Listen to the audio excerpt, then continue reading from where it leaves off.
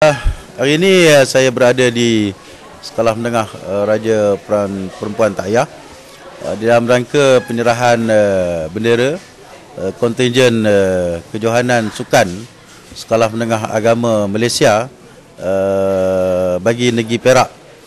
Dan kita sedia maklum bahawa aktiviti-aktiviti kurikulum dan co-kurikulum ini Sekolah Menengah Agama di dalam negara kita, khususnya di negeri Perak juga tidak ketinggalan, bukan hanya di bidang akademik, tetapi mereka juga mempelopori bentuk-bentuk kejayaan khususnya di segi sukan ini sendiri.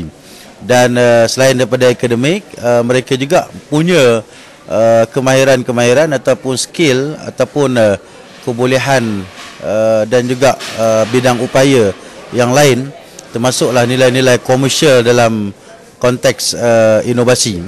Dan Sekolah Menengah Agama merupakan sekolah yang sebenarnya cukup tepu dengan elemen semangat ataupun usaha yang begitu gigih.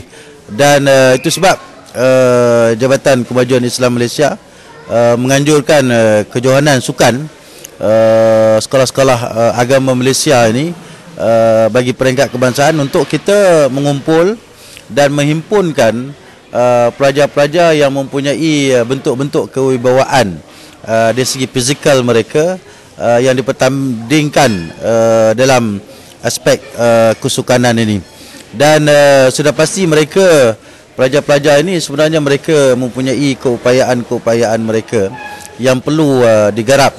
Dan mungkin pada saya, pelajar-pelajar aliran agama ini mereka punya kelebihan-kelebihan yang tersendiri, dan mereka juga boleh untuk bersaing dengan mana-mana pelajar yang ada di dalam negara, termasuklah khususnya di negeri Perak kita ini. Dan kelebihan-kelebihan inilah sebenarnya yang perlu untuk kita apungkan, yang perlu untuk kita zahirkan, yang perlu untuk kita angkat bagi persiapan bentuk pengalaman dan juga usaha yang telah pun direalisasikan oleh mereka di peringkat sekolah dan juga mewakili negeri di peringkat kebangsaan, dan juga merupakan pengalaman-pengalaman tersendiri bagi mereka.